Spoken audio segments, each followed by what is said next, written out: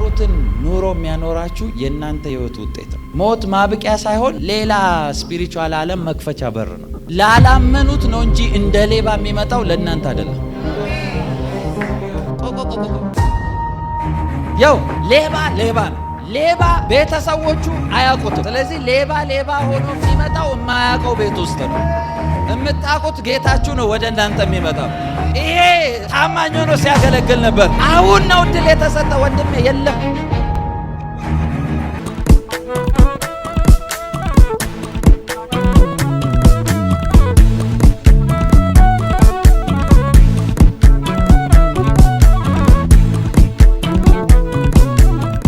የጌታ ዳግም ምጽአት ስለሚል ነው ማስተምራችሁ። መጽሐፍ ቅዱሳችሁን ከያዛችሁ ማቴዎስ ምዕራፍ 24 ከቁጥር 3 ጀምሮ አነብላችኋለሁ። ማቴዎስ ምዕራፍ 24 እርሱም በደብረ ዘይት ተቀምጦ ሳለ ደቀ መዛሙርቱ ለብቻቸው ወደ እርሱ ቀርበው ንገረን፣ ይህ መቼ ይሆናል? የመምጣትህና የዓለም መጨረሻ ምልክቱስ ምንድን ነው አሉት። ኢየሱስም መልሶ እንዲህ አላቸው፣ ማንም እንዳያስታችሁ ተጠንቀቁ። ብዙዎች እኔ ክርስቶስ ነኝ እያሉ በስሜ ይመጣሉና ብዙዎችንም ያስታሉ።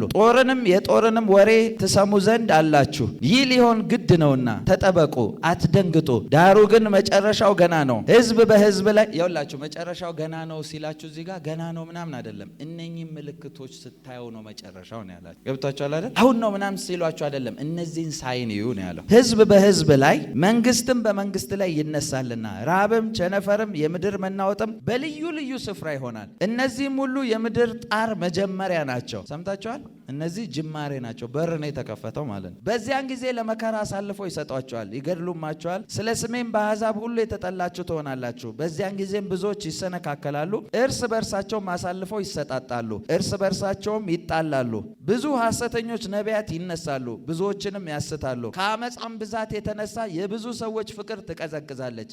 እስከ መጨረሻ የሚጸና ግን እርሱ ይድናል። ለአሕዛብም ሁሉ ምስክር እንዲሆን ይህ የመንግስት ወንጌል በዓለም ሁሉ ይሰበካል። በዚያን ጊዜም መጨረሻው ይመጣል። እንግዲህ በነቢዩ በዳንኤል የተባለው የጥፋት ርኩሰት በተቀደሰችው ስፍራ ቆሞ ስታዩ አንባቢው ያስተውል። በዚያን ጊዜ በይሁዳ ያሉት ወደ ተራሮች ይሽሹ፣ በሰገነትም ላይ ያሉ በቤቱ ያለውን ሊወስድ አይውረድ፣ በእርሻም ያለ ልብሱን ይወስድ ዘንድ ወደ ኋላው አይመለስ። በዚያም ወራት ለእርጉዞችና ለሚያጠቡ ወየውላቸው። ነገር ግን ሽሽታችሁ በክረምት ወይም በሰንበት እንዳይሆን ጸልዩ። በዚያን ጊዜም ከዓለም መጀመሪያ ጀምሮ እስከ ዛሬ ድረስ ያልሆነ እንዲህም ከቶ የማይሆን ታላቅ መከራ ይሆናልና። እነዚያ ቀኖችስ ባያጥሩ ሥጋ የለበሰ ሁሉ ባልዳነ ነበር። ነገር ግን እነዚያ ቀኖች ስለተመረጡት ሰዎች ያጥራሉ። በዚያን ጊዜ ማንም እነሆ ክርስቶስ በዚህ ያለ ወይም በዚህ ያለ ቢላችሁ አትመኑ። ሐሰተኞች ክርስቶሶች፣ ሐሰተኞች ነቢያቶች ይነሳሉና ቢቻላቸውስ የተመረጡትን እንኳን እስኪያስቱ ድረስ ታላላቅ ምልክት ድንቅን ያሳያሉ። እዚህ ጋር አስተውሉ። ቢቻላቸውስ ነው ያለው። ለምሳሌ ስሙኝ፣ እዚህ ጋር ጌታ ኢየሱስን አንድ ለምጻም መጣና ጠየቀው። ብትወድ ቢቻልህ ልታነጻኝ ትችላለህ? ቢቻል ትላለህ እንዴ? ለሚያምን ሁሉ ይቻላል አለ። ስለዚህ ቢቻላቸውስ የተባለው የተመረጡትን እንዳይችሉ የሚያደርግ ከለላ አለ ማለት ነው። እስኪያስቱ ድረስ ታላቅ ምልክትና ድንቅን ያሳያሉ። እነሆ አስቀድሜ ነገርኳችሁ። እንግዲህ እነሆ በበረሃ ነው ቢሏችሁ አትውጡ፣ እነሆ በእልፍኝ ነው ቢሏችሁ አትመኑ።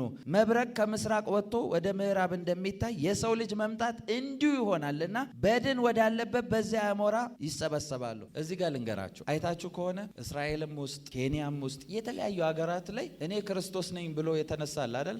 መዓት ሰው ነው የሚከተላቸው። የገረመኝ ነገር ጌታ የተናገረውን ነገር ሰው ስለማያስተውል ነው እንጂ አንድ ቦታ ላይ አይደለም። እዚህ ጋር ሂዱ ተብሎ አይደለም። ልክ ገዳም እንደምንሄደው እዚህ ጋር የሆነ እንትን ፈልቋል እንደዛ አይደለም። ሁሉም ያየዋል ሲመጣ ማለት ምድር ፍላት እንደሆነች በዚሁ እየነገራችሁ ነው። ባይዘው ክብ ቢሆን በዚህ ጋር ሲያሳይ በዛ ጋር ያለው። ከዚያችም ወራት መከራ በኋላ ወዲያው ፀሐይ ይጨልማል፣ ጨረቃም ብርሃኗን አትሰጥም፣ ከዋክብትም ከሰማይ ይወድቃሉ፣ የሰማያትም ኃይላት ይናወጣሉ። በዚያን ጊዜም የሰው ልጅ ምልክት በሰማይ ይታያል። በዚያን ጊዜም የምድር ወገኖች ሁሉ ዋይ ዋይ ይላሉ። የሰው ልጅንም በኃይልና በብዙ ክብር በሰማይ በደመና ሲመጣ ይውታል። መላእክቱም ከታላቅ መለከት ጋር ይልካቸዋል። ከሰማያትም ዳርቻ እስከ ዳርቻው ከአራቱ ነፋሳት ነገሥታት ለእርሱ የተመረጡትን ሁሉ ይሰበስባሉ። ምሳሌውንም ከበለስ ተማሩ። ጫፏ ሲለሰልስ ቅጠሏም ሲያቆጠቁት ያን ጊዜ በጋ እንደነበረ ታውቃላችሁ። እንዲሁ እናንተ ደግሞ ይህን ሁሉ ስታዩ በደጅ እንደቀረበ እወቁ። በለስ የሚላችሁ እስራኤልን ነው። ሲያቆጠቁት ሲያፈራ ማለት ኢስታብሊሽመንት ላይ መጥተዋል። እሱን ነው እየነገራቸው ያለሁት። ስለ በለስ ተክል አይደለም የሚያወራቸው። እውነት እላችኋለሁ ይህን ሁሉ እስኪሆን ድረስ ይህ ትውልድ አያልፍም። ሰማይና ምድር ያልፋሉ፣ ቃሌ ግን አያልፍም። ስለዚያች ቀንና ስለዚያች ሰዓት ግን ከአባት ብቻ በቀር የሰማይ መላእክትም ቢሆኑ ልጅም ቢሆን የሚያውቅ የለም። የኖህ ዘመን የማን ዘመን? የኖህ ዘመን እንደነበረ የሰው ልጅም መምጣት እንዲሁ ይሆናል። እንደ ኖህ ዘመን ነው ኮምፔር ያደርገው። ነግራችኋለሁ ይሄንን እንዲሁ ይሆናልና በዚያች ወራት ከጥፋት ውሃ በፊት ኖህ ወደ መርከብ እስከገባበት ቀን ድረስ ሲበሉና ሲጠጡ ሲያገቡና ሲጋቡ እንደነበረ የጥፋትም ውሃ መጥቶ ሁሉን እስከወሰደ ድረስ እንዳላወቁ የሰው ልጅም መምጣት ደግሞ እንዲህ ይሆናል። በዚያን ጊዜም ሁለት ሰዎች በእርሻ ይሆናሉ፣ አንዱም ይወሰዳል፣ አንዱም ይቀራል። ሁለት ሴቶች በወፍጮ ይፈጫሉ፣ አንዲቱ ትወሰዳለች፣ አንዲቱ ትቀራለች። ጌታችሁ በምን ሰዓት እንደሚመጣ አታውቁምና እንግዲህ ንቁ። ያን ግን እወቁ፣ ባለቤት ከሌሊቱ በየትኛው ክፍል ሌባ እንዲመጣ ቢያውቅ ኖሮ በነቃ ቤቱንም ሊቆፍር ባልተወው ነበረ። ስለዚህ እናንተ ደግሞ ተዘጋጅታችሁ ኑሩ፣ የሰው ልጅ በማታስቡት ሰዓት ይመጣልና። እንኪያስ ምግባቸውን በየጊዜው ይሰጣቸው ዘንድ ጌታው በቤተሰቦች ላይ የሾመው ታማኝ ልባም ባሪያ ማን ነው? ጌታው መጥቶ እንዲህ ሲያደርግ የሚያገኘው ያ ባሪያ ብፁዕ ነው። እውነት እላችኋለሁ ባለው ሁሉ ላይ ይሾመዋል። ያ ክፉ ባሪያ ግን ጌታው እስኪመጣ ይዘገያል ብሎ በልቡ ቢያስብ ባልንጀሮቹንም ባሮቹን ሊመታ ቢጀምር ከሰካሮችም ጋር ቢበላ ቢጠጣ የዛም ባሪያ ጌታ ባልጠበቃት ቀን ባላወቃትም ሰዓት ይመጣል፣ ከሁለትም ይሰነጥቋል፣ እድሉንም ከግብዞች ጋር ያደርግበታል። በዚያ ለቅሶና ጥርስ ማፋጨት ይሆናል። ሰምታችኋል። በጌታ ኮንፊደንስ እንዳለው የምታውቁት ሰው በጌታ ልቡ ሙሉ እንደሆነ ጌታ አብሮት እንዳለ የምታውቁት አንድ ምልክቱ ጌታ ይመጣል ስትሉት ደስ ነው የሚለው፣ አይደነግጥም። ልባችሁ በጣም እየደነገጠ ከሆነ ጌታ ይመጣል ሲባል ጌታ ኢዝ ዋርኒንግ፣ ንስሐ መገቡበት ነገር አለ ማለት ነው። አሁን ጥያቄ ልጠይቃችሁ። አሁን ብዙ ጊዜ ሰው የሚያስበው ጌታ ይመጣል እንወሰዳለን ነው። ታትዝ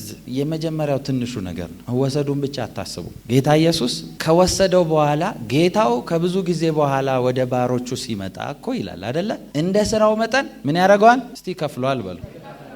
አንድ ነገር በደንብ እንድታስቡ ፈልጋለሁ። የምትኖሩትን ኑሮ የሚያኖራችሁ የእናንተ ህይወት ውጤት ነው። አሁን የምትኖሩት ህይወት፣ በምድር ላይ ያላችሁ ህይወት እግዚአብሔር ትልቁን ኑሯችሁን የምትሰሩበት መንገድ ነው የሰጣችሁ። ምን አይነት ካላችሁኝ፣ ለምሳሌ ሜዲካል ሕክምና ዶክተሮች ሲማሩ አይታችኋል። የመጨረሻው አመታት ምንድን ነው የሚማሩት? ፕራክቲካል ነው የሚወጡት። ስለዚህ ሆስፒታል እየሰሩ ነው የሚማሩት። ስለዚህ ወደ ዋና ወደ ትልቁ ስራ ከመግባታቸው በፊት ፕራክቲስ ነው የሚያደርጉት። ልክ እንደዛ የእናንተ ህይወት መንፈሳዊ እንደሆነ ማስተዋል አለባችሁ። አሁን እየኖራችሁት ያላችሁት ህይወት ሊመጣ ያለውን የምትሰሩበት ጊዜ። ለምሳሌ ሰው በጣም ረጅም ዓመት ኖረ ከተባለ እዚህ ምድር ስንት ሰምታችኋል? ምድር ላይ አሁን ኖረ የሚባል ትልቁ ሪከርድ እዚህ ኢትዮጵያ ውስጥ 120 ምናምን ያለፈ ሰውዬ እኮ አለ። ጅማ ነው ምናምን አይደል? አንድ ወጣት ሰውዬ እሱ ልጆች አርጅቷል። እሱ ወጣት ዓለም ላይ አሉ 150 ምናምን የደረሱ። ከዛ ያለፈ 200 እንኳን በጣም ለጠጣችሁት 200 ብላችሁ አስቡት። የደረሰ ባይኖርም 200 ለእናንተ ነው ትልቁ። ጌታ ኢየሱስ ከ7 ዓመት ትሪቡሌሽን በኋላ፣ ስለ 7 ዓመት አሁን አይደለም አስተምራችኋለሁ፣ እሱ ነው። ከ7 ዓመት መከራ ሲዝን በኋላ ይሄ 1000 ዓመት ይነግሳል የተባለበት ጊዜ አለ። እዚህ ይነግሳል የተባለበት ጊዜ አለ። ሰምታችኋል ወይስ አዲስ ነው? ይመጣል ይነግሳል እንዴ? ይነግሳል። ምድር ላይ 1000 ዓመት ይገዛል ይላል አይደለ? አሁን እዛ ጋር ነው ማሰብ ያለባችሁ። አሁን የሰራችሁት ስራ የምትኖሩትን የሚያኖራችሁ እዚህ ጋር የሰራችሁት ነው 1000 ዓመት ላይ። አንዳንዶችን ይሾማል ሲል እኮ ገዢ አድርጎ የሆነ ስፍራ ሊያስቀምጣቸው ይችላል። አይመስላችሁም አይደል? I'm telling you። ስለ ራፕቸር ብቻ አታስቡ ህይወታችሁን ስትኖሩ። ለምሳሌ ሰው መጽሐፍ ቅዱስ ለዛ እኮ ነው ሐዋርያው ጳውሎስ ጌታ ቢፈቅድና ብንኖር እያላችሁ አውሩ ይላል አይደለ? ፕላናችሁ ከእግዚአብሔር ፈቃድ ጋር ስለሚሄድ ነው በዛ አድርጉት የሚለው። አንዳንዶች እኮ ያንግ ሆነው በያንግ ኤጃቸው ይሄዳሉ እኮ ወደ ጌታ አይደል? አንዳንዱ እድሜውን ጠግቦ ያልፋል። ለእናንተ ነው እንጂ ያ ሰው በያንግ ኤጁ ሞተ ምናምን የሚባለው በቃ በዛ ጋር እንደሄድ ሊሆን ይችላል የመጣው። ሞት ማብቂያ ሳይሆን ሌላ ስፒሪቹዋል ዓለም መክፈቻ በር ነው። ከኔ ጋር ናችሁ? አሁን ማሰብ ያለባችሁ ጌታ ይመጣል ወይ ድንገት እንደዚህ ይሆናል የሚለውን ብቻ ሳይሆን ድንገት እኔ ወደ ጌታ ብሄድስ? ሁሉ ጊዜ ይሄን መልሱ። አሁን ድንገት ጊዜው አልቆ ወደ ጌታ እኔ ብሄድ እና ጌታ ፊት ብቀርብ እግዚአብሔር ፊት ስቀርብ የሚያሸልመኝ ስራ ነው በህይወቴ የሰራሁት? እንደዛ ብላችሁ ጠይቃችሁ ታውቃላችሁ? እሺ እግዚአብሔርስ ፊት ስቀርብ ሪዋርድን የሚያሰጠኝ ሽልማትን የሚያሰጠኝ ህይወቴ ውስጥ ምን ነገር አድርጌያለሁ ብላችሁ አስባችሁ ታውቃላችሁ? እያንዳንዱ በህይወታችሁ ያደረጋችሁት ነገር ካውንት ያደርጋል። እያንዳንዱ ነገር ውጤት አለው። በእግዚአብሔር ቤት ያሳያችሁትን ኢቭን እኮ መጽሐፍ ቅዱስ ስለ ስሙ ያሳያችሁትን ፍቅር ይረሳ ዘንድ አመፀኛ አይደለም ይላል። ስለ እያንዳንዱ ነገር ቫልዩ ይሰጣል ማለት ነው። እኔ በጌታ የምገረመውን አንድ ነገር ልንገራችሁ። በህይወታችሁ ሁል ጊዜ ማወቅ ያለባችሁ ነገር እያንዳንዱ በጌታ ፊት የምታደርጉት ነገር እግዚአብሔር ቫልዩ ይሰጣል። ከጌታ በጣም የምገረምበት ያልኳችሁ ለምሳሌ እናንተ ጌታ የከፈለላችሁን ዋጋ ታውቃላችሁ አይደል? ከምን እንዳስጣላችሁ አንዳንድ ጊዜ አብሯችሁ ያለ ሰው ሰላም ሲያጣ ስታዩ ምን አይነት ሰላም ነው የሰጠኝ ጌታ ብላችሁ እኮ እንዴ እናንተ ሰው በሚሊዮኖች አካውንቱ ላይ ኖሮት እንቅልፍ እንደሚያጣ ታውቃላችሁ? ጌታ ኢየሱስ ፊት እኔ አጋጥሞኛል። እግዚአብሔር ፊት ሚሊዮን አይደለም ቢሊዮን የገቡ ሰዎች አጋጥሞኛል ቃሉ ጌታ ኢየሱስ ፊት ነው ማወራችሁ። እንቅልፍ የላቸውም፣ ሰላም የላቸው። ሁሉ ጊዜ ህይወታችሁን ስትኖሩ አንዳንዶቻችሁ ጥሪያችሁ መድረክ ላይ ላይሆን ይችላል። አንዳንዶቻችሁ በፋይናንስ ሊሆን ይችላል የምታገለግሉት። አንዳንዶቻችሁ በአቅማችሁ ሊሆን ይችላል፣ በምክር ሊሆን ይችላል። አገልግሎት ብዙ ነው። መጽሐፍ ቅዱስ ቤተክርስቲያንን አካል ነው አይደል የሚለው? አንዳንዶች እጆች ናቸው፣ አንዳንዶች ጆሮ ናቸው፣ አንዳንዶች አፍንጫ ናቸው። አንድ ላይ ሲሆን ነው እኮ ደስ የሚለው አይደለ? እጅ ተቆርጦ ብታዩ እኮ እንደዚህ ብላችሁ ነው የምትሄዱት። አካሉ ላይ ሆኖ እጅ ሲዘረጋላችሁስ ትጨብጡታላችሁ። ግን መሬት ላይ የወደቀ እጅ ከሆነ ኢቭን ትፈራላችሁ። አሻራዬ እንዳይቀመጥ ፖሊስ እዚህ ጋር ወንጀል ነው ለብቻው ሲሆን ማለት ነው። በምድር ላይ ራሱ ወንጀል ነው ማለት ነው። ፖሊስ ራሱ ያጣራል። ተቆርጦ የማን እጅ ነው? ወንጀል እዚህ ተሰርቷል፣ የማን እጅ ነው? ሰውየው ፈልጎ ለምን አይቆርጠውም እና ቁጭ ያደረገውም? ወንጀል ነው። ራስን ማጥፋት ራሱ ወንጀል ነው ታውቃላችሁ? አይፈቀድም ሁሉ። ስለዚህ ሁል ጊዜ ስትኖሩ ጌታ ሆይ ዛሬ ብትመጣ ምን እያረኩልህ ነው? ጌታ ሆይ ምን ትፈልጋለህ? ኤቭሪ ታይም ልባችሁን ከእግዚአብሔር ጋር አታች አድርጋችሁ ሂዱ። ይሄን እያወቃችሁ ስትሄዱ ልንገራችሁ፣ ስሙኝ። ስለ ጸጋ ስጦታውን በቤተ ክርስቲያን ስለሚገለጡትም ነገር ነግሬያችኋለሁ አይደለ? ታርጌቱ የሚሰጥበት ምክንያት ህዝብን ለመታደግ ነው፣ ለማዳን ነው። ትንቢት ቢሆን ይላል እኮ ለማቅናት ይላል አይደል? ለማዳን ነው ሁሉም የሚሆነው። ስለዚህ በዛ እሳቤ ስትሆኑ ይላል መጽሐፍ ቅዱስ የጌታን መምጣት ስትጠባበቁ እኮ ነው የሚለው። አንዳች የጸጋ ስጦታ አይጎልባችሁም ነው የሚለው። ስለዚህ በዚህ ኤክስፔክቴሽን ውስጥ ሙቭ የሚያደርግ ሰው ነው የእግዚአብሔር በረከት ብትሉ፣ ፋይናንስ ብትሉ፣ ጤና ብትሉ፣ በቤተሰብ ውስጥ ያለ ነገር ብትሉ፣ የሚገልጠው ክብር ብትሉ ሁሉ አይጎልበትም። እስቲ አሜን በሉ። አንዳች አይጎልባችሁም ነው የሚለው። ሁሉ ሙሉ እንዲሆን ጸልያለሁ። ስለዚህ ሁሉን ሙሉ የሚያደርገው ቁልፍ ያለው ይቺን ፎከስ ማድረግ ውስጥ ነው ማለት ነው። እዚህ ማቴዎስ 24 ላይ የመጀመሪያው አንዱ ምልክት የሰጣችሁ ጦርና የጦርን ወሬ ልትሰሙ ግድ አላችሁ አለ። ስለዚህ ይሄንን ነገር ትሰማላችሁ፣ እነኚህ ምልክቶች አስተውሏቸው ነው ያለው። ያው በደንብ ስሙኝ በጌታ ፕሮፌሲም ነው እዚህ ጋር እየነገርኳቸው ያለሁት። ከዚህ በፊት ካስታወሳችሁ እዚህ ጋር ስለተለያዩ ሀገሮች ስነግራችሁ ነበር። ዙም ላይ እያገለገልኩኝ የነበሩ ሰዎች ያስታውሳሉ። እንደዚህ ብዬ ተናገርኩኝ። ጀርመን ውስጥ አመፅ አየሁኝ። ያየሁት አመፅ ደግሞ ገበሬዎች ናቸው። ሰላማዊ ሰልፍ ወጥተው መንገዱን ሁሉ ሲያቆሽሹ አየሁኝ እና ይሄንን ሲያደርጉ አየሁኝ። ጀርመን ውስጥ ረብሻ አየሁኝ።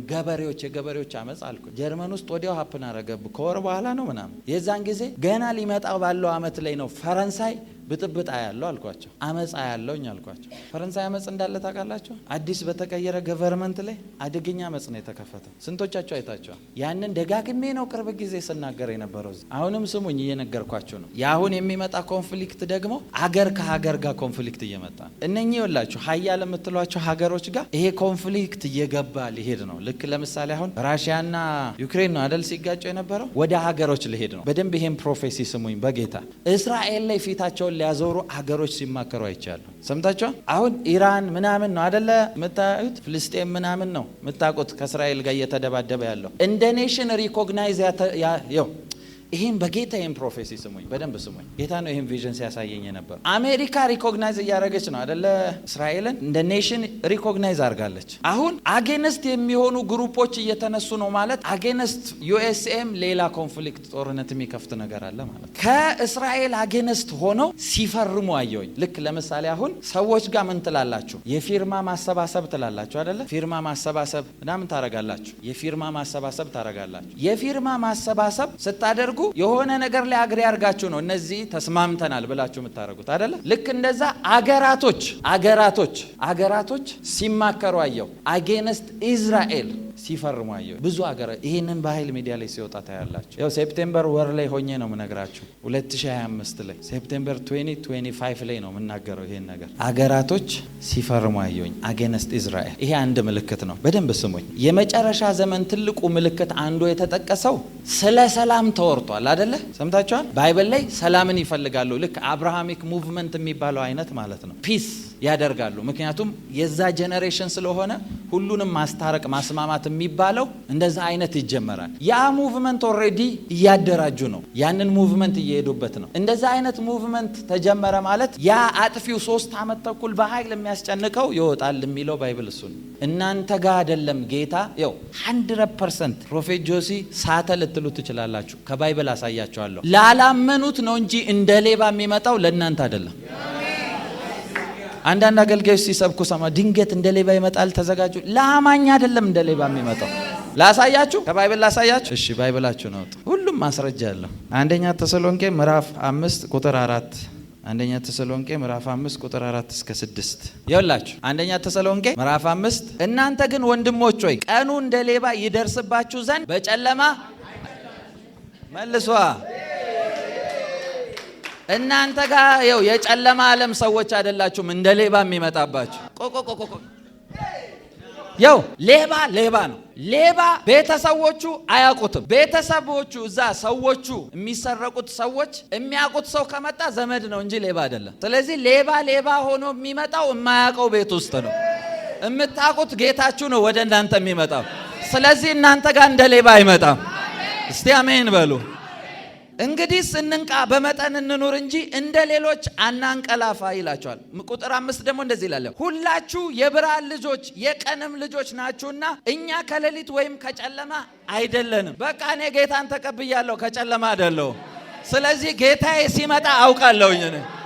የሆነ እንደ ቴረር ድንገት የሚመጣብኝ አይደለም።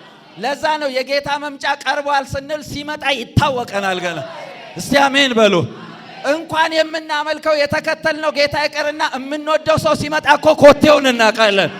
እርምጃ ሲጀመር ምልክቱን አይተን ጌታ እንደሚመጣ እናውቃለን። በኢየሱስም በክብር ኢየሱስ ሊወስዳችሁ ይመጣል። እስቲ አሜን በሉ። ንጥቀት ለምን እንዳስፈለገም ልንገራችሁ። አሁን ትነጠቃላችሁ። ያው ንጥቀት ማለት ጌታ ተገልጦ ከዛ መጥቶ ነው፣ እንደዛ አይደለም። እሱ መጣ ማለት ያኔ አልቋል ነው። ከማለቁ በፊት ነው ንጥቀት ያለው። ከማለቁ በፊት 7 የመከራ ዓመታቶች አሉ። ከሱ በፊት ነው ንጥቀት ያለው። አይዟችሁ ጨለማ እንትን ብሏል መከራ ውስጥ ትገባላችሁ ኖ። የሚያምኑትን መከራ እንዲመለከታቸው አያደርግም ጌታ። ለቀረው ነው ወየው ማለት ያለበት ሰው። ለዛ ነው በመጠን ኑሩ እያላችሁ ያለው። አስተውላችሁ ኑሩ ነው። ይኸውላችሁ በመጠን ኑሩ ማለት የሆነ ነገር ደብቆ አይደለም፣ በሚመጥናችሁ ኑሩ። አሁን ገባችሁ? በእናንተ መጠን ኑሩ። ምንድነው መጠን? ራስን ታውቃለህ። ስሙኝ በደንብ። ንጥቀት ማለት ምን እንደሆነ ላሳያችሁ። እንደውም ጥሩ የኔ መንፈሳዊ አባት ባለፈው ሲያወራ ነበር ምሳሌ። ናስቲ አብስራ አንተ ይሄ ልጅህ ነው። እኔ አግሬሲቭሊ ልጅህ ላይ በቁጣ እንደመጣው አስብና ልመታው ነው። ከመድረሴ በፊት ምን ታረጋለህ? ያንተ ድርሻ ነው። አይታችኋል? ንጥቀት ማለት የራሱን ማስመለጥ ማለት ነው። ይሄ ነው ንጥቀት ማለት። ስለዚህ የሱ የሆነውን ሊያስመልጥ እንጂ ለሌላ አይደለም የሚመጣው። ንጥቀት ማለት የሱ የሆኑትን ሲጠብቁት የነበሩትን ተስፋ ሲያደርጉ እሱን ሲከተሉት የነበሩትን የ7 ዓመት መከራ እናንተን አይመለከትም እያለ ፒክ ማድረግ። እስቲ አሜን በሉ። ንጥቀት ይሄ ነው፣ ሌላ ትርጉም የለው። እንነጠቃለን። አሁን ራስን መጠየቅ ያለብህ እዚህ ጋር ነው። ጌታ ልጁ ነኝ ያቀኛል አያቀኝም? ጌታን ታውቀዋለህ አይደለም? ጌታ ራሱ ያውቃል ወይ ነው ጥያቄ። የሚያውቃቸውን ለመውሰድ እኮ ነው መላእክቱን ይልካል። ንፋሳት ይከፈቱና አለ ይሰበስቧቸዋል አለ። ይሄ ታማኝ ሆኖ ሲያገለግል ነበር። ይሄ ጌታን ሲያከብር ነበር። ይሄ እንደዚህ ሲል ነበረ። መከራው አይመለከተውም። ና አንተ ግባ፣ ና አንተ ግባ። ጌታ ያስመልጣቸዋል። ሰው ከተነጠቀ በኋላ ይሄ ትሪቡሌሽን ከተከፈተ በኋላ ንስሐ የለም። ሁሉ ከክፉ መንገዱ ይመለስ ብሎ ሲናገር አሁን ነው እድል የተሰጠ። ወንድሜ የለም። መጽሐፍ ቅዱስ ላይ ታስታውሳላችሁ? የአብርሃም እቅፍ ጋር የነበሩት ሁሉ አንደኛው አልዓዛር የሚባለውና ተቸግሮ ሲለምን የነበረው ሰውዬ እንደዚህ አለ። ቤቱ ሆኖ እየለመነው በነበረ ሰዓት ምንም ቸርነት ሊያደርግለት አልፈለገም። ሰውየው ንፉግ ነው ቢባል ቢሰራ። ሁለቱም ሞቱ። ሁለቱም አንድ ቦታ ሄዱ። አንድ አካባቢ ሄዱ እንጂ አንድ ቦታ አልነበሩ። በመካከላቸው ትልቅ ገደል ነበር ይላል። ሰውየው እሳት ውስጥ ሆኖ ይለምነዋል። እንደው ለምንልኝ ያን ሰውዬ በጣቱ እንኳን ጠብ እንዲያደርግልኝ። ሰውየው ምን ውስጥ ነው የገባው? እዩት። ያኛው ክብር ውስጥ ነው ያለው። መጥቶ ይነግረዋል። ምንም ልረዳ አልችልም፣ ጊዜው ያልፋል። እሺ እንደው ለምናለው እኔ አንተን እንዲልክ ሌሎች ወንድሞቼ እንዲተርፉ እንደው ሄደህ ንገራቸው። አያውቁም ካልተነገራቸው። ሌካ ፓራዲያ ማሱበ እስቲ አሜን በሉ። እናንተ ላይ እንደ ሌባ አይመጣም። የሚሰርቅ ሰው እኮ ነው እንደ ሌባ የሚመጣው አይደል? ጌታ እኮ ሊሰርቅ ሳይሆን የራሱን ሊወስድ ነው የሚመጣው። ስለዚህ የራሱ ጋር ከመጣ እንደ ሌባ አይደለም የሚመጣው ማለት ነው። እንደ ሌባ የሚመለከታቸው ሌላ ናቸው። አሁን ነው የንስሐ ሰዓት። አሁን ነው የንስሐ ሰዓት። አንዳንዶቻችሁ በጌታ ያልሆናችሁ ይሄን ሚዲያ የምታዩት የዚህ ልጅ ትምህርት ደስ ይላል እያላችሁ እግዚአብሔር ነው ልባችሁ የሚከፍተው የንስሐ ጊዜ ስለሰጣችሁ። አንድ እውነት ልንገራችሁ፣ የሰውን ሁሉ ልብ በማስተምረው ትምህርት እያቀለጠ የሚያመጣው ዋናው ያ ትምህርት አይደለም፣ ይችኛዋ ናት ዋናው ትምህርት። ለዚህ ጊዜ ነው ይሄን ነገር ተናግሮ ይሄ እውነት ከሆነ አንድ ልጅ አስታውሳለሁ። ዙም ላይ እያገለገለን ልክ ለቤተ ክርስቲያን ዘር እየዘሩ ዝሩ ስል ምን አለ? አንጎላ ነው ያለው፣ በረከት ይባላል። ዙም ላይ መስክሯል። እና እንደዚህ አለ ልጁ። ዘር ዝሩ ሲባል ለካ ምርር ያለው ልጅ ነው። እነኚህ ነቢያት እንደዚህ ነው የሚሉት እያለ መጨረሻ ላይ ምን አለ? ይሄ ሰውዬ ጥሩ ነው የእግዚአብሔር ቃል ሲያስተምር፣ ስለዚህ ሊዋሽ አይችልም፣ ልሞክር አለና ዘርዘራ። በሳምንቱ ምስክርነት አለኝ አለ ማለት ነው። ምን አልጸለይኩለት አልኩኝና እድል ሰጠነው። የእግዚአብሔር ሰው የዛን ጊዜ እንደዚህ ብዬ ነበረ። እኔ አንጎላ ስንት ዓመት ነው የቆየሁት? ያን ሁሉ ዓመት ያላገኘሁት በረከት ዘርዘርቼ በአንድ ሳምንት ነው ያገኘሁት። ሰርቶ የማያውቀው በረከት እኔ እንደዚህ አይቼ አላውቅም። አሁን ስሙ፣ ያው ስለ ዘሩ አይደለም ማወራችሁ። የእግዚአብሔርን ቃል የሰማበት ወይ ይሄ ሰውዬ እውነት ነው የሚያወራው ብሎ ነው ልቡን የከፈተለት። ያ ሁሉ ያወራችሁ ትምህርቶች ልባችሁን ከፍተው ከቀየራችሁ ይሄ ማወራው ደግሞ ከዛ ይበልጣል። ጌታ ወደ ራሱ ወደ ሆኑት መጥቶ ነው የሚሰበስበው። አንድ ቃል ላንብብላችሁ ከመጽሐፍ ቅዱስ አሁን ካነሳሁት ከማቴዎስ 24 በደንብ ስሙኝ። ይኸውላችሁ እታች ቁጥር 29 አካባቢ ስለ ጭጋግ፣ ስለ ደመና፣ ስለ ጨረቃ ብርሃኗን አትሰጥም ስለሚል አውርቷቸዋል አይደል? አንብቤላችኋል አይደል? ብርሃኗን አትሰጥም የሚል አውርቷቸዋል። አሁን ይሄን ምልክት አይታችኋል። ኢቭን ኒው ይር እዚህ ሴሌብሬት ስናደርግ እሁድ ዕለት ምልክት ብያችኋል አይደል? እንደውም ፎቶ እያነሳችሁ ስትልኩልኝ ነበረ ብዙዎቻችሁ። ጨረቃ ወደ ደም ይለወጣል የሚለውን ኢዩኤል ምዕራፍ 2 ላይ ያለውን ቃል አንስቼላችሁ ምልክት እንደሆነ እየነገርኳችሁ ነበር። ሁለት ነገር ነው ስትሮንግሊ ማነሳላችሁ። በደንብ ስሙኝ በጌታ ፍቅር።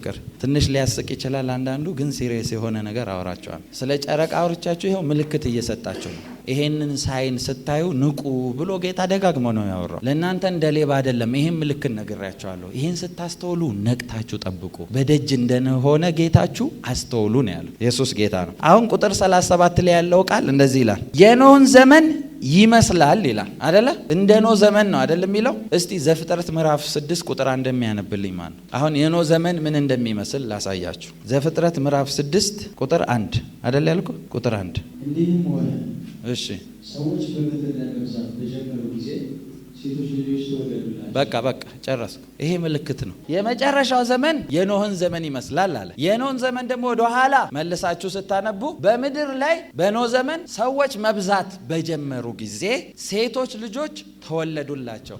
ስለዚህ አንዱ የመጨረሻው ዘመን የኖህን ዘመን ይመስላል ካላችሁ ምልክቶቹ ይሄ ነው ማለት ነው። የዓለም ዩናይትድ ኔሽን ያወጣውን መግለጫ አይታችኋል። በዓለም ላይ 7.8 ቢሊዮን ሰው አለ። 5.6 ቢሊዮኑ ሴቶች ናቸው። 2.2 ቢሊዮን ነው ወንድ ያለው። ከዛ ውስጥ ደግሞ 1 ቢሊዮን ወንዶች አግብተዋል። ስለዚህ 1.2 ቢሊዮን ቀረ።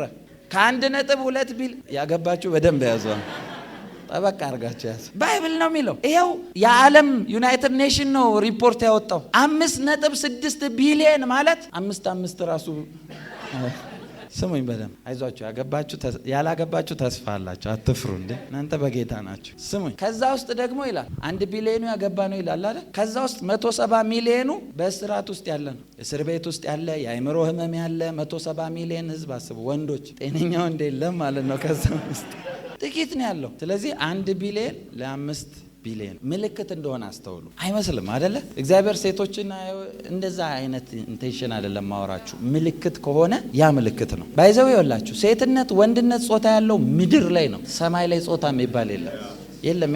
ጌታ ኢየሱስም መጥተው እኮ ጠየቁት እንደዚህ ያለው። አንድ ሴት አንድ ባል ነበራት፣ ባሏ ሞተ፣ ከዛ ወንድምየው አገባ፣ ከዛ እየተባለ 7 ደረሱ። አሁን ሰማይ ቤት ሲኬድ የትኛው ነው ባሏ የሚሆነው? የሚያስቡት እዛ ሄደው ጾታ አለ ይጋባሉ ማለት ነው። እናንተ ማታውቁ ማታስተውሉ አላቸው። መጋባት ማግባት መዋለድ የለም፣ እንደ መልአክ ነው የሚሆኑት። አለቀ። በስጋ ስለምታስቡ እኮ ነው። በምንድን ነው እዛ የምቀርበው? የእናንተን መንፈስ ብታዩ፣ እግዚአብሔር አይኖቻችሁን ከፍቶ ብታዩት ሊትራሊ የሚያንጸባርቅ ብርሃን ነው ውስጣቸው ያለው። አም ቴሊንግ ዩ ጌታ ፊት ነው መነግራቸው። አም ሶሪ ይሄንን ሰው እንዲሰናከል አልፈልግም። አንዳንድ ጊዜ ስለ ሰዎች ሳወራ አንድ ጊዜ አስታውሳለሁ። አንድ ሰው እናቱ ሞታበት በጣም የሚያዝን የነበረ ሰው ላይት ፎርም ይዛ አፒር አረገችና እና ሄቨን እንዳለች ነገርኩት። እናተ ጌታን ተቀብላ እዚህ ጊዜ ነው የሞተችው አልኳት። ስፒሪታችሁን ብታዩት ብርሃን ነው የምታዩት እናንተ ውስጥ ላይት። በጌታ የሆናችሁ ሰዎች አም ቴሊንግ ዩ ጌታ ፊት ነው የምነግራችሁ። በጌታ የሆናችሁ ሰዎች ጌታና እናንተን ሰፓሬት ማድረግ እንደማይችል ዲመን ታውቃላችሁ። ላይት ሲያይ እናንተን አይደለም የሚያየው፣ ጌታን ነው የሚያየው። እግዚአብሔር ፊት ነው ማወራችሁ። ለዛ ነው መጽሐፍ ቅዱስ ሐዋርያው ጳውሎስ ይሄ ስለገባው በውስጡ ሰውነታችሁ በኃይል ይሄ ነው የሚያስፈልገው። ዲመን መለየት የማይችለው የውስጡን ሰውዬ ነው አላል። ለምን ይመስላችኋል? ይሄን ትሩስ ስለሚያውቅ እኮ ነው። እስከዛሬ ስበላን የኖርኩት ማንንም በስጋ ማቅ በሆን ከዚህ በኋላ ላላውቅ ቆርጫለሁ፣ ሁሉም በክርስቶስ አውቃለሁ አለ። እና ቼክ ያደርገዋል። በጌታ ነው አይደለም፣ ስካን ያደርገዋል። ላይት ያለው ይታወቃል። አም ቴሊንግ ዩ እግዚአብሔር ፊት አይኖቻችሁን እግዚአብሔር እንዲከፍት ጸልያለሁ። በጌታ የሆነ ሰው ዝም ብላችሁ ታውቁታላችሁ። ከወሬው አይደለም ይዞት የሚሄደው ላይት ታዩታላችሁ። ብርሃን ይታያል። አንዳንድ ጊዜ ለምን ይመስላችኋል? ሰዎች ጋር ስተነብይላቸው ብርሃን ወደሱ ሲሄዳ ያለው የለም። ብርሃን ካላየው ሰምታችኋል? አዎ በጌታ አይደሉም። አዎ ላይት አለ በጌታ የሆነ ሰው ጋር። ኢቭን ላይቱ ሲደበዝዝ ያስታውቃል። ፕሮፌሲ ላይት እንደሆነ ታውቃላችሁ? ፕሮፌቲክ ስኩል አረገው ነው። ላይት ነው የምንከተለው እኮ። ከዚህ ወደዚህ ብርሃን ሲመጣ ያለው ከዚህ ቀልድ መስሏችሁ ነው? ላይት ሙቭ ያደርጋል። ባይዘው ላይቱ ሜሴጅ አለው ውስጡ። ያገኛችሁ በኢየሱስ። ስለዚህ አለ ጌታ ኢየሱስ ቀኑና ሰዓቲቱን አታውቁምና ንቁ አለ አይደለ? ምን እያለ ነው? ጌታ ይመጣል ሲባል የሚመጣበትን ቀን አናውቅም። ሲዝኑን እኮ እናውቃለን። ጌታ ኢየሱስ በዚህ ዓመት ልምጣ በምን ዓመት ልምጣ አታውቁም አይደለም ያለው። ኖ እንደዛ አላለም ጌታ ኢየሱስ። እነዚህ ምልክቶች ሁሉ ስታዩ እንደቀረብኩ ምልክት ይሆናችሁ። ስለዚህ ያ ሁሉ የበዛ ጊዜ ስታዩ ምልክት ታነባላችሁ። አንደኛው መለከት ሲነፋ ይላል እኮ ሙሉ ደን ነው አይደል? አለቀ የሚባለው ከተማ እሳት አላያችሁም እንዴ? የሆሊውድ ከተማ ሙሉ ሲወድም ምንድነው? ከየት የመጣ እሳት ነው ያወደመው? የመላእክት መለከት እንደሆነ አስተውሉ። ቀልድ አይደለም። እግዚአብሔር ፊት ነው ማወራችሁ። አስተውሉ፣ እነዚህ ነገሮች አስተውሏቸው በደንብ። ቀኑና ሰዓቱን አታውቁምና ንቁ አለ። ምን ማለት ነው? ቀኑና ሰዓቱን አታውቁም ማለት ጌታ ኢየሱስ እንደዚህ አለ።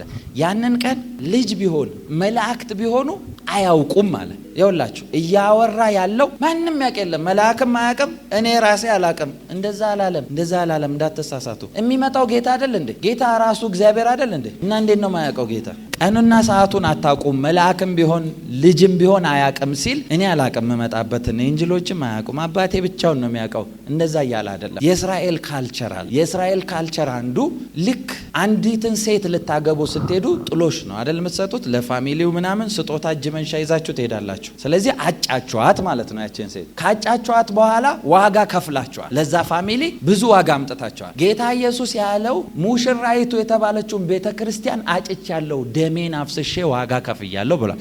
ስለዚህ ደሙን አፍስሶ የራሱ ሊያረጋት አጭቷታል። ሙሽራው ይመጣል የሚላችሁ ለዛ ነው። ሙሽራይቱን ሊወስድ የሚለው በዚህ ፕሪንሲፕል ነው። ስለዚህ በእስራኤል ምን ይደረጋል? አንዲት ሴትን ሊያገባ አንድ ሰው ካጨ ጥሎሽም አድርጎ ስጦታም ሰጥቶ ብዙ ውድ ነገር አድርጎ ልክ ሰፈሩ ሁሉ ቤተሰቡ አውቆ ካጫት በኋላ ልጅቷም ያም ቤተሰብ ድንገት ባልየውም ሊወስዳት የሚመጣበትን ቀን ስለማያውቁ ያዘጋጇታል። በእነሱ ሀገር ካልቸር ሙሽራውን ሊወስድ የሚመጣበትን ቀን ባልየው ሳይሆን አናውንስ የሚያደርገው አባትየው ነው። አባትየው አናውንስ የሚያደርግበት ምክንያት ሙሽራይቱን ለቤተሰብ ትቶ የሚሄድበት ምክንያት ለልጁና ለሙሽራይቷ ቤት ያዘጋጃል። ቤቱን አዘጋጅቶ ከጨረሰ በኋላ ለልጁ ይመጣና አሁን ቀኑን እናገራለሁ ይላል። ስለዚህ ቤቱን ሲጨርስ ነው ከአባት በቀር ማለት ቤቱን ከሰራ በኋላ የፈለገበትን ቀን አናውንስ የሚያደርገው አባትየው ስለሆነ ነው እንጂ ቤቱ ሲሰራ ልጁም አብሮ ነው የሚሰራው። ስለዚህ ሲመጣ ከአባት በቀር ልጅም ቢሆን አያቅም ሲላችሁ በዛ ሀገር ካልቸር አንድ አባት መጥቶ ነው አሁን ደርሷል ብሎ አናውንስ የሚያደርገው። አባትየው ቤቱን አሳምሮ ጨርሶ ከሰራ በኋላ ያቺ የታጨችው ሙሽራ እንደሚጠብቃት ሆና ካልተዘጋጀችለት ሌላ ይዞ ነው የሚሄድ። ተበላች ማለት የፈለገ ጥሎሽ ቢሰጣት ዋጋ ስላልሰጠችው ቤቱ ስላለቀ ይዟት ይሄዳል። ለዛ ነው ጌታ ኢየሱስ ደቀ መዛሙርቱን ስፍራን ላዘጋጅላችሁ ሄዳለሁ፣ በአባቴ ቤት ብዙ መኖሪያ አለ የሚለው ሙሽሮቼ ስለሆናችሁ ቤት አዘጋጅቼ፣ በአባቴ ቤት ብዙ መኖሪያ አለ ማለት ኦልሬዲ አባትየው ሰርቶ ጨርሷል ማለት ነው። ቀኝ ነው አናውንስ የሚያደርገው። ለዛ ነው ሁሉ እስኪድን ይታገሳል የሚለው። ሙሽራይቱን ነው እየታገሰ ያለው እንጂ አባት ጨርሷል ቤቱን። ኢየሱስ ሳይመጣ ነው ቤቱን የጨረሰው። ገብቷችኋል? አታውቁትም አይደል? ኢቭን በሂብሩ ካልቸር በእነሱ እንኳን ከሄዳችሁ ቀን አለ ስፔሲፊክ አናውንስ የሚደረግበት። ሴፕቴምበር፣ አሁን ሴፕቴምበር ላይ ነው ራፕቸር እያሉ ስፔሲፊክ ቀኑን የተናገሩበት ምክንያት አይታወቅም የተባለው ወይ 25 ወይ 26 ተብሎ ነው አናውንስ የሚደረገው። ስለዚህ ከየትኛው ቀን እንደሆነ አይታወቅም ነው እንጂ ሲዝኑ ይታወቃል። እሱን ድንገት አናውንስ የሚያደርገው ባት ነው። ድንገት አናውንስ ከተደረገ ነገራችሁ እኮ ልብሳችሁን እንዳታዩ፣ ሩጡ፣ እንዳታመልጡ። አንዳንዱ ከፍ ያለ ቦታ ላይ ልጠብቅ እስቲ ለመነጠቅ እንዲመቸኝ። ስለ እስራኤል ስለ ፍልስጤም ምናምን ጦርነት ስትሰሙ እነዚህን ጦርነቶች በኃይል እየሰማችሁ ስትመጡ የሀገራት ጦርነት አይደለም፣ የትንቢት ፍጻሜ ነው። ይሄ ከመሆኑ በፊት እስራኤል 5000 ሮኬት የተተኮሰ ጊዜ እዚህ መድረክ ላይ ቆሜ ነው የተናገርኩት። ሮኬቶች ወደ እስራኤል ሰማይ ብዙ ሺህ ሲተኮሱ አየሁ ብዬ ተናግሬያለሁ። ይሄ ዳንኤል ምዕራፍ ላይ ያለው ትንቢት ተከፈተ አለኝ ጌታ አልኳቸው። በሁለተኛው ነው በሶስተኛው ቀን ነው አይደል ያሉ ሮኬት ፕሮፌሲውን እዚህ ነግሬያቸዋለሁ። የዳንኤል ትንቢት መጽሐፍ ተከፈተ አልኳቸው። ያ ማለት ኦልሬዲ ይኸውላችሁ ጋዛን ይላል እኮ የሰው መኖሪያ እስከማትሆን አደርጋታለሁ ይላል። አሁን ሰው እኮ እያስወጡ ነው አይደል? ፕሮፌሲ ነው እየተፈጸመ ያለው። አገራት እየተጣሉ ይመስላችኋል? ይሄ የመጨረሻ ሲዝን ላይ ነው ያለ ነው። ወደሱ ይወስዳቸዋል። በቸርች ላይ በብዙ ያገለገላችሁ እግዚአብሔር ፊት ያው አሸሮች፣ እዚህ የምታገለግሉ ፓርትነሮች፣ ኤቭሪዋን የዚህ ቤተ ክርስቲያን ሪዋርድ የፕሮፌት ጆሲ ብቻ አይደለም፣ ጌታ ኢየሱስ ፊት ነው ማውራችሁ። እናንተ ይሄን እናርጋቸዋል፣ ታምናችሁ ይሄን እናገልግላል። ለሁላችሁም ሪዋርድ አለ። ሰው እንኳን እኮ ሰውን መጥቶ እኮ ያመሰግናል አይደል? ቴንኪው ብሎ ያመሰግናል። እግዚአብሔርስ እያንዳንዱ ነገር ካውንት አያደርግም? በጌታ በኢየሱስ ስም ባርካችኋለሁ። እግዚአብሔር ብዙ ኃይልን ይስጣችሁ። በዚህ ዘመን መግዛት የምትችሉበትን አቅም ይስጣችሁ። ቲቶ ምዕራፍ 2 ላይ ነው አይደል ያለው? በዚህ ዘመን የእግዚአብሔር ጸጋ ተገልጧል ካለ በኋላ እንዴት እንደምንኖር ያስተምረናል። ምዕራፍ 2 ቁጥር 11 አካባቢ ያስተምረናል ይላል። ያ ማለት የሚያስተምራችሁ የእግዚአብሔር መንፈስ አለ ማለት ነው። በጌታ በኢየሱስ ስም ተነብይባቸዋል። መንገዳችሁን የሚያሳያችሁ የሚያስተምራችሁ የእግዚአብሔር እጅ ይገለጥላችሁ። በሕይወታችሁ እንዲገለጽ ጸልያለሁ።